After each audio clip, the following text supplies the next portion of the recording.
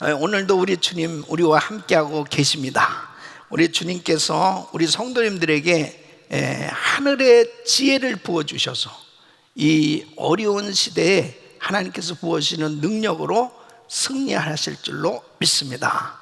우리 주님 앞에 한번 박수로 감사합니다. 감사합니다. 할렐루야.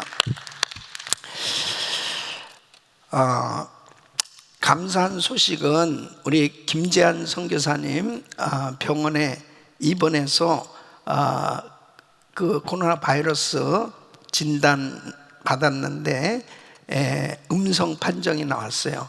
그러니까 댕기열에 걸렸답니다. 그러니까 댕기열 약 먹고 치유받도록 위해서 기도해 주시고, 최윤섭 선교사님 계속 위해서 기도해 주셔서 그 어려운 고비를 잘 넘기고 꼭 승리할 수 있도록, 또 우리 또 많은 우리 선교지에 또 교회 교인들 확진받은 분들 치료받을 수 있도록 계속 위해서 기도해 주시길 바라고요. 또 하나님께서 우리 성도님들 정말 말씀 붙들고 기도하면서 영육간에 더 건강해질 수 있는 이런 은혜가 있기를 예수 이름으로 축원합니다. 자, 오늘 이 19장 잠언 19장은 이 지혜로운 자와 미련한 자, 말씀을 깨닫고 순종한 자와 진리를 깨닫지 못하는 사람과 대조해서 말씀을 하고 있습니다.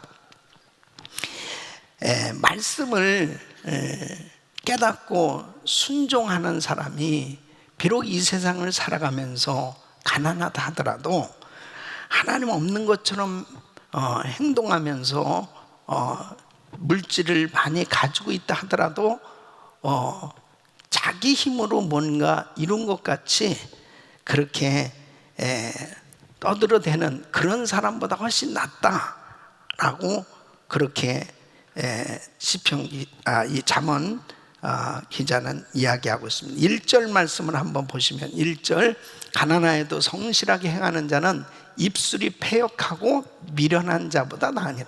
입술이 패역하다, 패려하다는 것은 하나님 없는 것처럼 허풍을 떨고 사는 것을 의미합니다. 그러니까 하나님의 말씀대로 살 때 때로는 우리가 세상에서 좀 연약해 보이고 그리고 없이 사는 그런 삶이 되어진다 하더라도 하나님의 말씀을 순종하고 하나님을 경외하고 살다 보면 결국 그것이 가장 큰 축복이요, 그리고 지혜로운 삶이 되어진다. 결국은 하나님 보시기에 복된 인생이 되고 멸망의 길을 피하게 될 것을 말씀하고 있어요. 자, 8절 말씀을 보시면은 지혜를 얻는 자는 자기 영혼을 사랑하고 명철을 지키는 자는 복을 얻느니라. 16절 계명을 지키는 자는, 여러분들이 같이 함께 읽는 것이 좋아요. 계명을 지키는 자는 자기의 영혼을 지키거니와 자기의 행실을 삼가지 아니하는 자는 죽으리라. 자, 23절, 여호와를 경외하는 것은 사람으로 생명에 이르게 하는 것이라 경외하는 자는 족하게 지내고 재앙을 당하지 아니하느니라. 자, 27절, 내 아들아 지식의 말씀에서 떠나게 하는 교훈을 듣지 말자. 그래서 정말 사람 보기에는 이 세상에서는 부족한 것 같아도 하나님 경외하면서 사는 사람 결국 복된 인생이 되고 결국 승리하게 된다. 이게 지혜라는 거죠. 이런 사람은 결국 그 후손까지도 복을 받게 된다는 거죠. 27절 말씀, 27절, 내 아들아 지식의 말씀에서 떠나게 하는 교훈을 듣지 말자. 그러니까 지혜로운 사람은 계속해서 하나님의 말씀을 순종하고 하나님을 경외하는 그런 삶이 계속 이루어진다. 그러니까 지혜는 무턱대고 행동하는 것이 아니고 지식과 판단에 근거해서 행동하는 것이다. 2절 말씀 같이 읽습니다. 지식 없는 소원은 선하지 못하고 발이 급한 사람은 잘못 가느니라.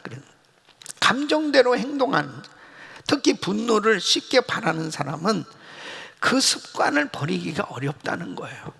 19절 말씀은 노하기를 맹렬히 하는 자는 벌을 받을 것이라 네가 그를 건져주면 다시 그런 일이 생기는.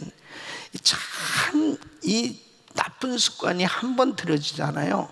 그러면은 그 습관 참 고치기가 굉장히 어렵죠. 또 후회하고 또 후회한다면. 그래서 우리가 말씀과 기도로 거룩하게 된다고 그랬습니다. 그래서 끊임없이 성령 충만해서 바로 하나님의 말씀으로 길들여지셔야 돼. 그래서 이 육신의 소욕을 제압하고 성령의 소욕으로 성령 충만한 가운데 말씀대로 순종하는. 그러니까 내 의지적으로는 참 어렵지만은 하나님의 성령께서 도와주시면은, 성령님이 도와주시면은 말씀의 순종이 이루어질 수 있는, 이것이 계속 되어지면 이제 내 잘못된 습관들이 고쳐지기 시작을 합니다. 그래서 지혜로운 자는 감정적으로 힘들어도 사람을 용서하고 의지적으로 용서할 수 있는 것. 3절 말씀을 보면은 사람이 미련함으로 자기 길을 굽게 하고 마음으로 여호와를 원망하는. 11절 말씀, 노하기를 더디하는 것이 사람의 슬기요 허물을 용서하는 것이 자기의 영광이니라 그랬습니다. 또 이 지혜로운 사람은 이 재물을 잘 사용해서 친구를 얻는다는 거예요. 이 4절 말씀 보면은 재물은 많은 친구를 더하게 하나 가난한 즉 친구가 끊어지는. 6절, 너그러운 사람에게는 은혜를 구하는 자가 많고 선물 주기를 좋아하는 자는 사람마다 친구가 되는. 이 물질을 잘 사용하는 것이 얼마나 지혜로운 건지 몰라요. 그 다른 사람들을 이 사람들에게 베풀고 나누는 것은 결국 그것이 다 자기에게로 돌아오는 거예요. 많이 주고 섬기고 나눠주고 그럼 친구를 어떻게 해요? 많이 얻게 되는 거죠.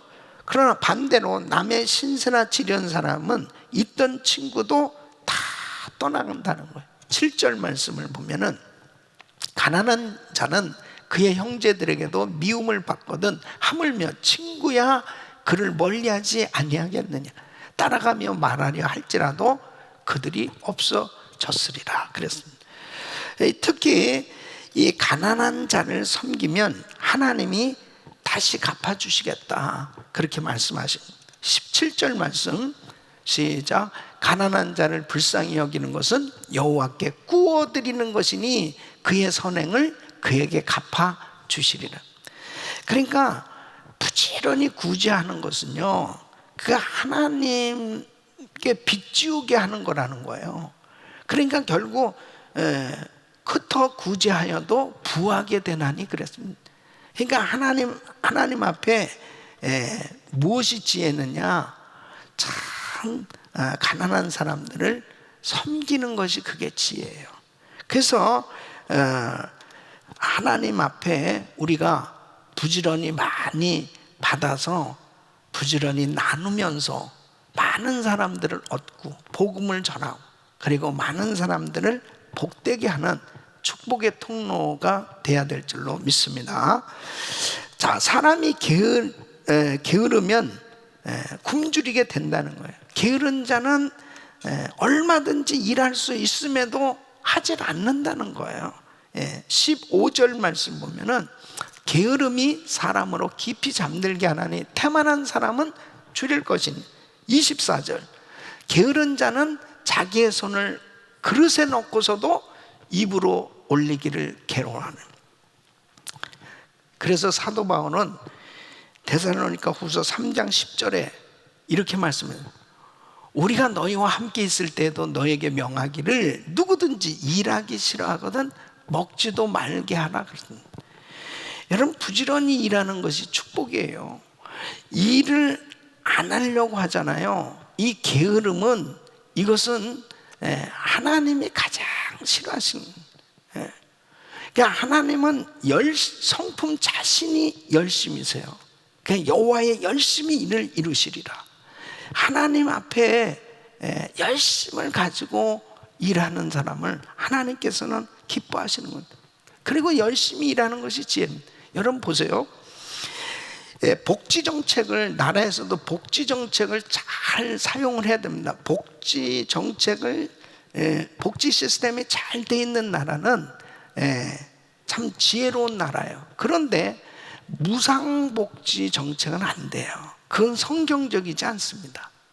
결국은 사람들로 하여금 다 나중에 보면은 가난한 나라, 핍절하는 그러한 삶이 되도록 만들어요. 왜? 사람들이 게을러지면 일을 안 해요. 그러니까 어떻게 되냐? 타락하게 되는 거예요. 자, 대표적인 나라 중에 하나가 베네수엘라입니다. 이 베네수엘라는 1900년 이전에 정말 풍요하게 잘 사는, 석유 매장량 세계 1위입니다. 그러니까 뭐 부족함이 없을 만큼 그렇게 풍성했는데, 이 차베스가 정권을 잡으면서 아주 뭐 공약 자체가 좋죠. 사람이 먼저다.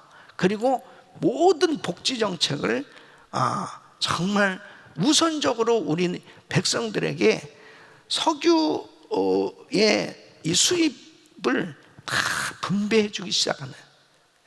그러니까 99%까지 지지율이 99%까지 올라갔으니까요. 와, 환호하는 거예요.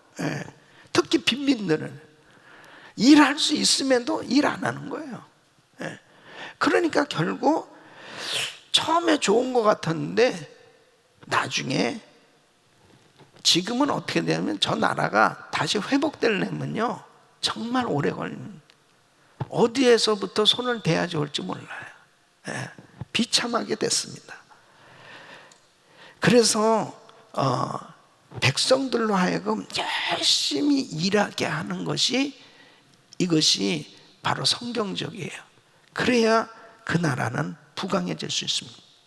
미국에서도요 인디언을 보호한다고 그래가지고 계속해서 복지 정책으로 돈을 주고 계속 그랬어요.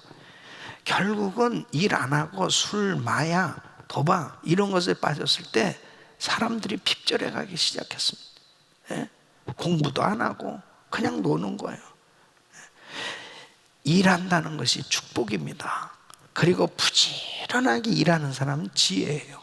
그래서 우리 성도님들이 신앙생활하면서도 그러죠. 새벽부터 남들 다 자는 시간 얼마나 피곤해요. 그래서 새벽에 일어나서 성경 읽고 찬양하고 예배드리고 기도하고 일하러 나가고 또 일을 더 만들어서 더 열심히 기도하면서 지혜를 받아서, 그래서 하나님 앞에 복을 받아서 그 하나님께서 주신 걸 나누면서 축복된 삶 되시기를 예수 이름으로 축원합니다.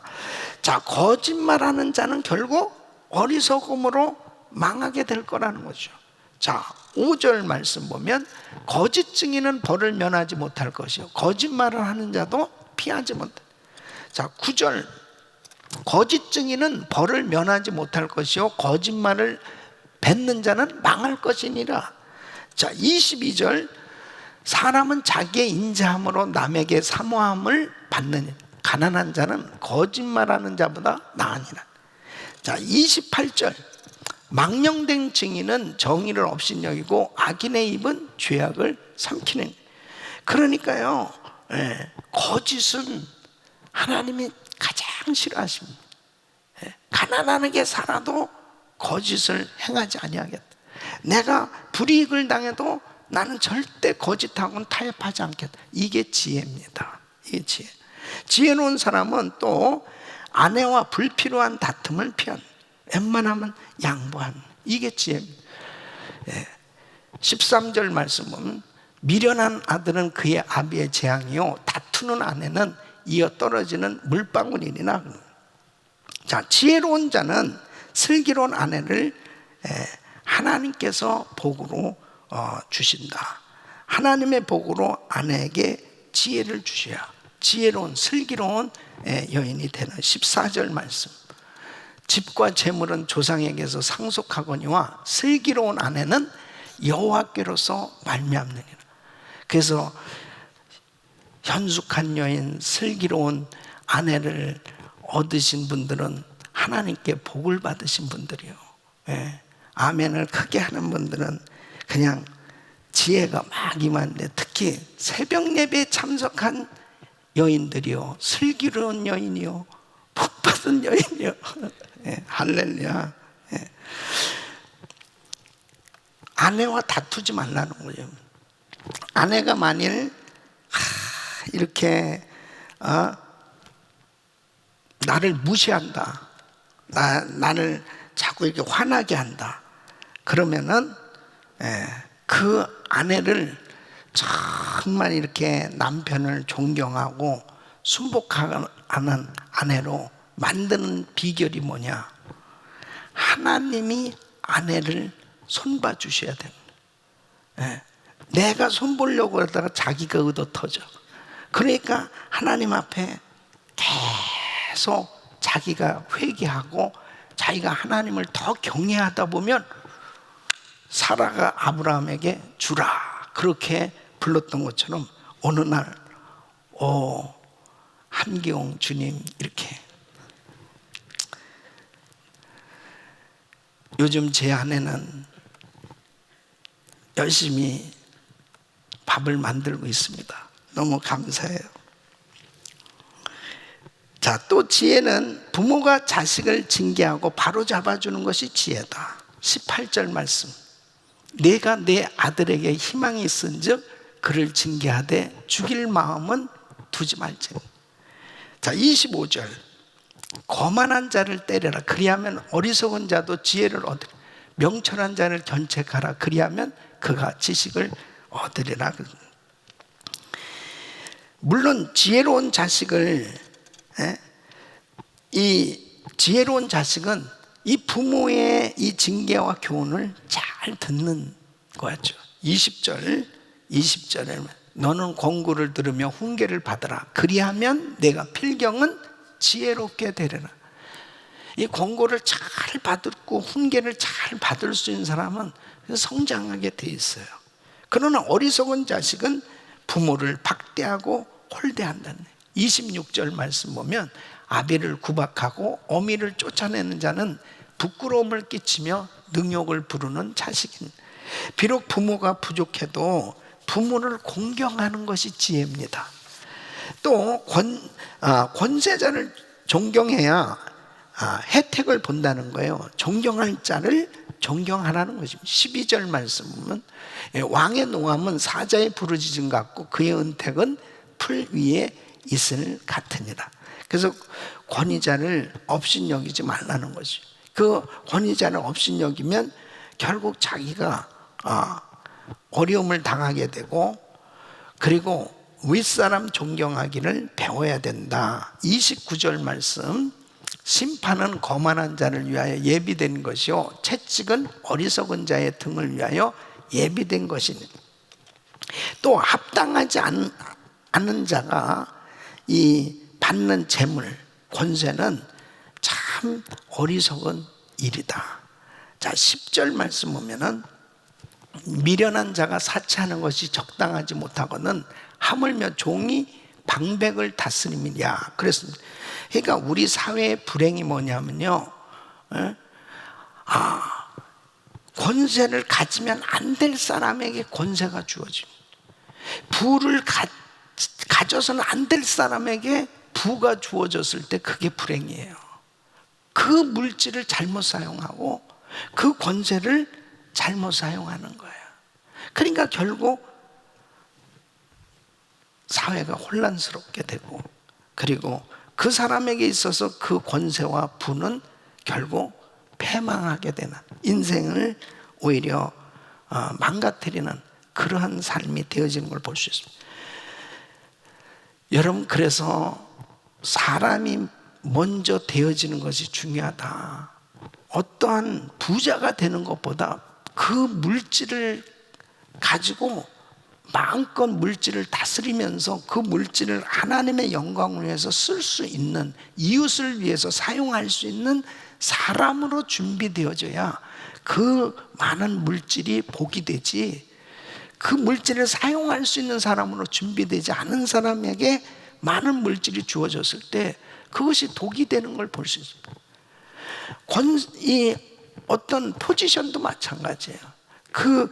자꾸 높은 포지션에 올라가려고 사람들은 다 바라죠. 근데 그 포지션을 충분하게 내가 얼마든지 정말 사용을 해서 유용하게 열매를 맺을 수 있도록, 그리고 그 공동체를 축복된 공동체로 이끌 수 있는 그런 준비가 되지 않으면은 결국 그것은 자기에게 힘든 일이 되는 거예요. 그래서 지혜로운 사람은 하나님의 섭리를 인정하고 순복하는 사람이에요. 21절 말씀 보면 사람의 마음에는 많은 계획이 있어도 오직 여호와의 뜻만이 완전히 서리라 그랬습니다. 바로 왕은 자, 내 백성들을 보내라. 하나님의 말씀이 떨어졌어요. 그 하나님의 명령, 그 섭리를 무시하다가 결국 망하게 됐습니다. 자, 사울 왕 보세요. 다윗을 왕으로 세우는 것이 하나님의 뜻이에요. 그런데 그 섭리를 무시하고 다윗을 죽이려다가 어떻게 됐어요? 결국 자기가 죽고 망하게 됐습니다. 그러니까 우리는 왜 이렇게 기도하는 거예요? 하나님의 뜻을 구하는 거죠. 내가 아무리 많은 계획을 했어도 결국은 하나님의 뜻대로 되는 거거든요. 그러니까 하나님의 뜻을 알아야 되고 그 하나님 뜻에 순종하려면 엎드려 기도하지 않으면 안 되는 겁니다. 특별히 이렇게 정말 혼돈 시대일수록 이 바른 판단력과 분별력이 얼마나 중요한지 몰라요. 이 지혜를 받아야 됩니다. 지혜를. 할렐루야. 새벽에도 하나님께서 지혜를 주고 계신 줄 믿습니다. 자, 이 10장은 지혜로운 자의 삶에 역시 교훈을 말하고 있습니다. 지혜가 있는 자는 다툼을 일으키고 교만을 부추기는 이 포도주와 독주를 멀리 한다는 거예요. 1절 말씀 보면 포도주는 거만하게 하는 것이요 독주는 떠들게 하는 것이라 이에 미혹되는 자마다 지혜가 없느니. 술로 망한 사람이 얼마나 많아요. 예? 또 지혜는 권세 있는 사람의 불필요한 분노를 피해야 한다는 거죠. 2절 말씀 왕의 진노는 사자의 부르짖음 같으니 그를 노하게 하는 것은 자기의 생명을 해하는 것이니라. 또 어리석은 자는 돌아다니면서 다툼을 일으킨다. 그러니까 참고 양보하고 그리고 다투는 일을 피하는 것이 지혜라는 거예요. 3절 말씀을 보시면 다툼을 멀리하는 것이 사람에게 영광이거늘 미련한 자마다 다툼을 일으키느라. 이게 참 안타까운 게요, 이 다툼을 일으키는 사람들마다 공통점이 뭐냐면 자기를 잘 모르는 겁니다. 자기 주장이 항상 옳다고 생각하니까 참 자기의 주장을 관철하거나 또 남을 고치려고 하다가 다툼이 생겨지는데, 사실은 지혜로운 사람은 이 다툼을 피함으로 결국 사람을 얻는 거죠. 이 다투는 사람은 사람을 계속 잃게 돼요. 그러니까 지혜는 기회를 선용해서 일을 해야 됩니다. 씨를 뿌릴 때가 있고 거둘 때가 있고, 그런데 이런 때를 놓치면 다 잃어버려요. 그러니까 결국은 가난하게 된다는 거예요. 4절 말씀 보시면 4절 게으른 자는 가을에 밭 갈지 아니하나니 그러므로 거둘 때에는 구걸할지라도 얻지 못하니라.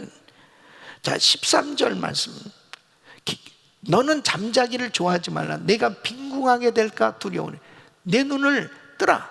그리하면 양식이 족하리라. 또 지혜로운 사람은 다른 사람의 마음, 이 동기를 읽는다는 거예요. 그 사람의 마음을 읽어야 어떻게 돼요?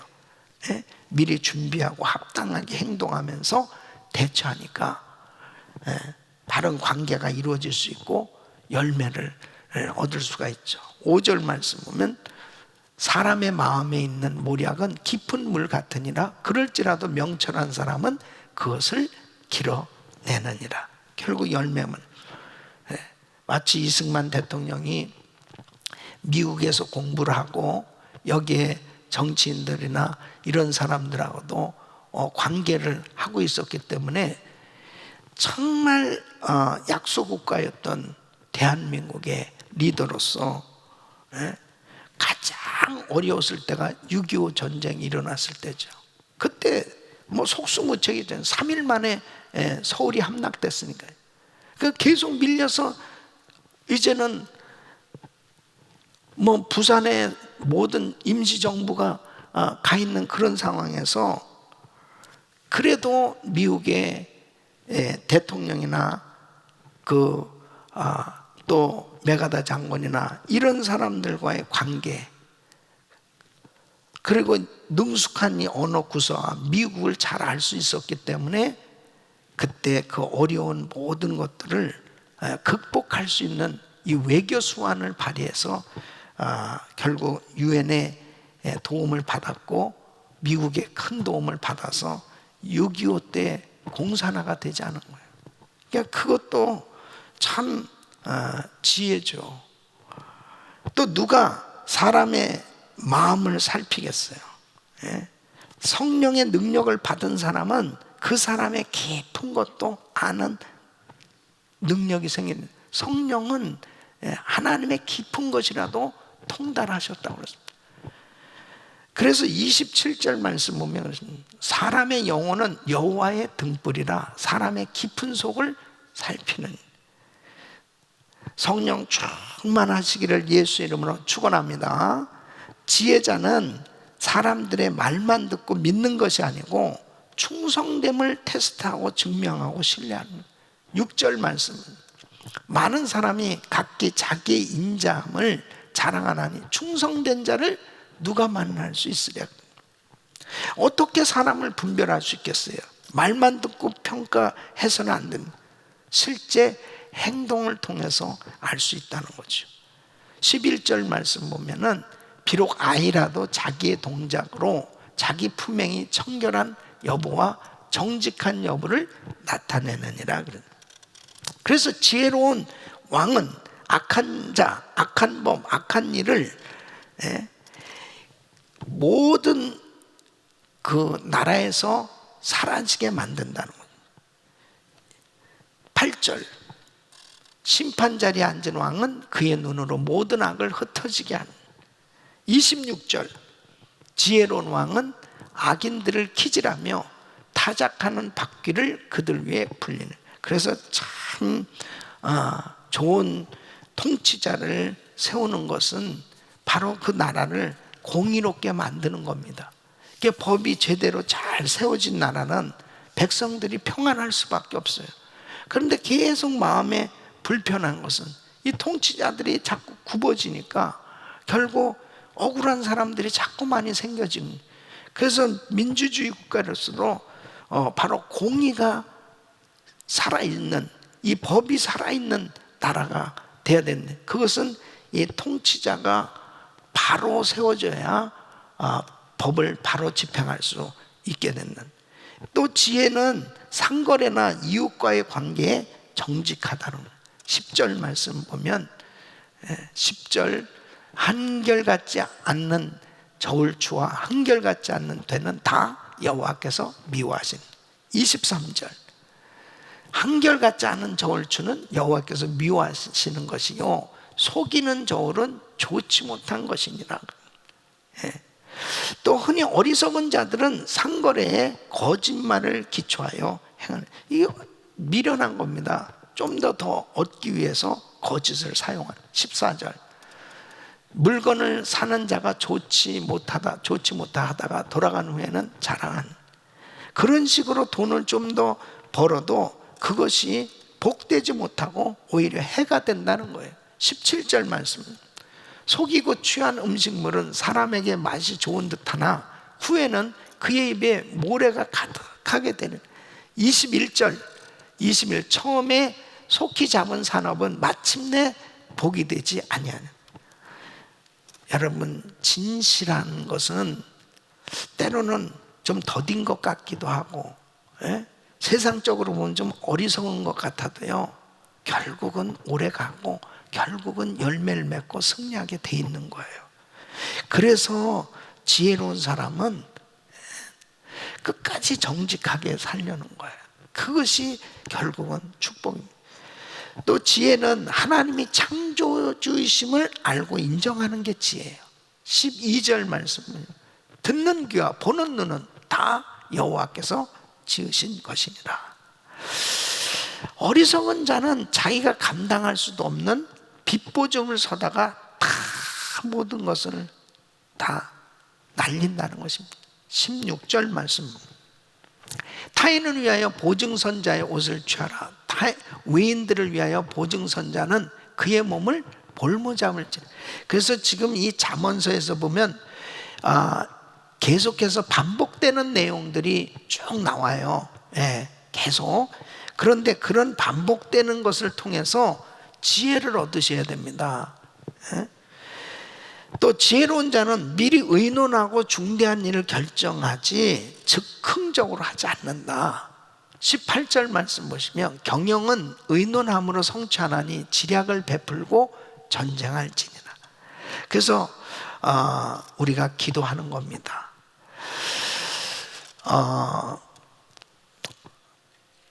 30절 말씀은 30절 우리 한번 30절 읽어 시작. 상하게 때리는 것이 악을 없이 하나니 매는 사람 속에 깊이 들어가느니라. 이 지혜로운 부모는 이 자녀를 깨닫게 하기 위해서 때로는 적절한 체벌을 해요. 근데 오늘날 이 체벌이 감정이 들어간 체벌은 결국 사람을 고치지 못합니다. 그리고 죄를 짓게 되는 거예요. 그러니까 요즘 이 아동학대가 심각한 거예요. 이게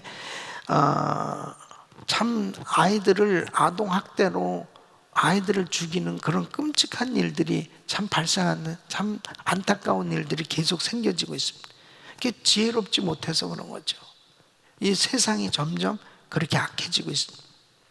그래서 아이들을 말씀을 통해서 잘 양육할 수 있도록, 그리고 하나님께서 은혜를 주셔서 정말 성령님께서 아이들로 하여금 말씀을 붙들고 살아갈 수 있도록 그렇게 인도하는 거. 그러니까 어려서부터 은혜 받게 해야 되는, 부모님도 은혜 받고 아이들도 은혜 받는 거, 이게 지혜라니까요. 뭐가 지혜냐? 여호와를 경외하는 것이 지혜의 근본이라고 그랬습니다. 그러니까 온 가족이 예수 잘 믿으면, 하나님 말씀 안에 있으면 그 말씀 따라 순종하는 그 지혜로운 삶이 될 때 복된 인생이 되는 줄로 믿습니다.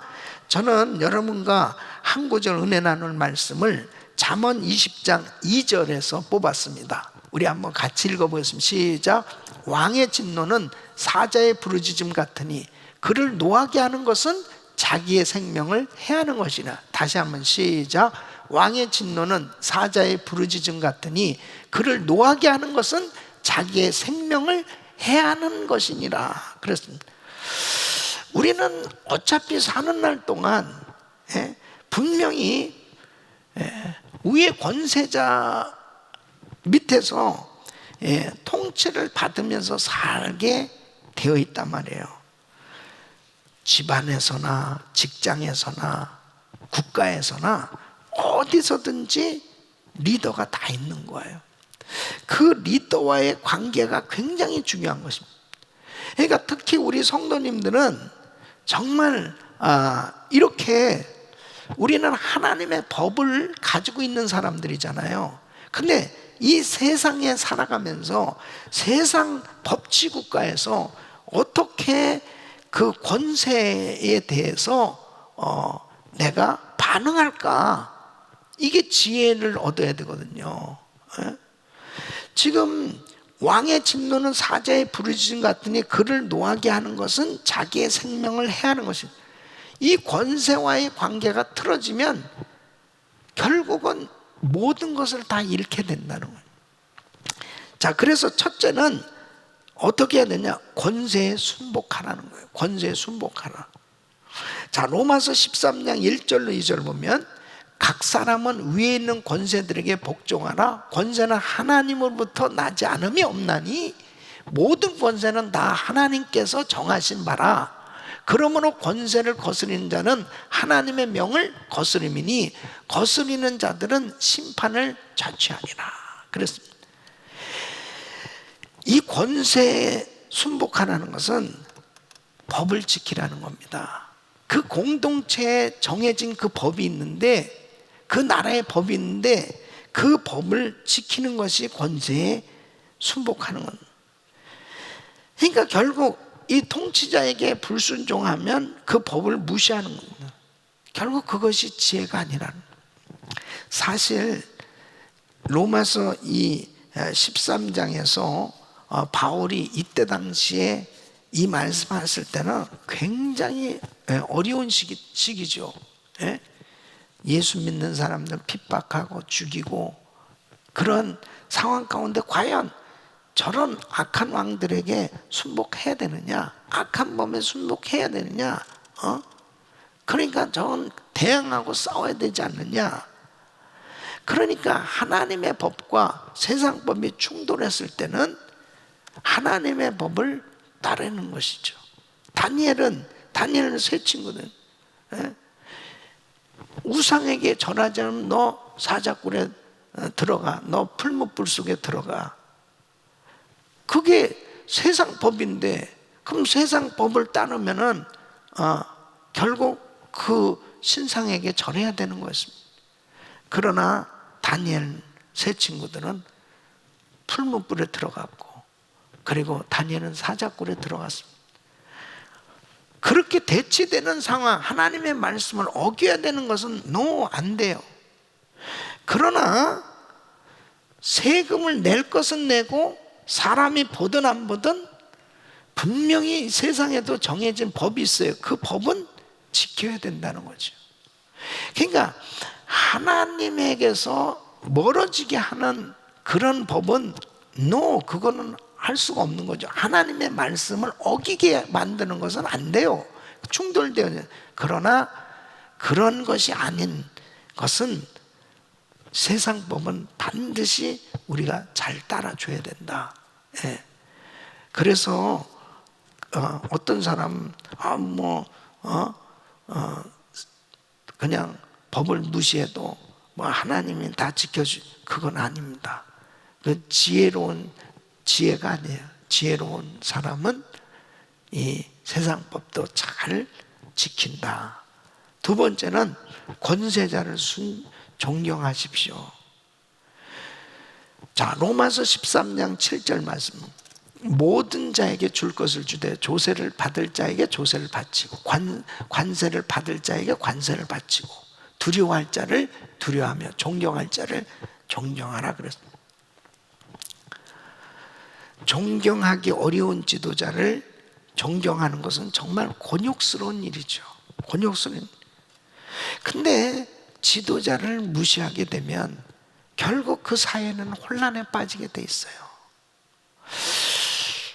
미국은 참 이게 선거를 아무리 치열하게 서로 욕하면서 선거를 했어도 딱 누가 당선되면 패인을 시인하고 인정하고 상대를 참 축하해주는 그런 전통이 있어요. 참 미국 그런 부분이 아름답고 축복하고. 근데 요즘 참 보면은요, 이 지도자의 리더십의 위기라고 생각해요. 대통령을 욕하고 그냥 모욕하고 그런 것들이 이게 사회가 혼란스럽기 때문에 그런 것입니다. 그러니까 권세자를 순종할 수 있는 나라가 되는 것은 참 그것은 축복입니다. 대한민국도 그냥 국론이 분열돼서 이렇게 싸우고 욕하고 그 통치자에 대한 존경이 없어요. 그렇게 되어졌을 때 참 안타까워요.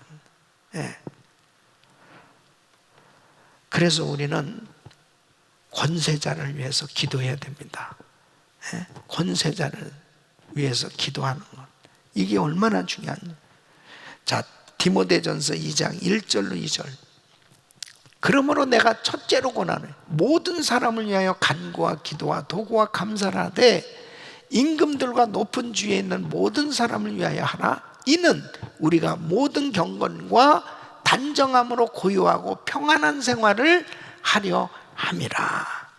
지도자가 잘 세워져야 됩니다. 하나님을 경외하고 정말 신실하게 하나님을 섬기며 백성들을 사랑할 수 있는 그 지도자, 그 공동체에서 정말 좋은 지도자가 어떤 지도자냐면요, 가정에서는 가정의 리더인 엄마 아빠들이 하나님을 경외하고 그리고 정말 자녀들을 사랑하는 그 부모가 좋은 지도자고, 교회에서는 목사님이 하나님을 누구보다도 사랑하고 경외하고 성도들을 사랑하는 그 목사님이 좋은 지도자고, 회사에서도 하나님을 경외하고 사장님이 하나님을 누구보다도 잘 믿고 그리고 사원들을 사랑하는 그 사장님이 좋은 지도자예요. 대통령도 정말 앞으로 이제 11월 달에 대통령 선거가 있고, 그 다음에 많은 주지사 그리고 의원들, 연방 하원 의원들 선거가 있습니다. 수많은 리더들을 뽑아야 돼요. 지도자들을 뽑아야 돼요. 그래서 기도가 필요한 겁니다. 하나님을 경외하는 지도자 되게 해주세요. 하나님을 두려워할 줄 아는 지도자가 세워지게 해주세요. 하나님 두려워할 줄 아는 지도자 함부로 못합니다.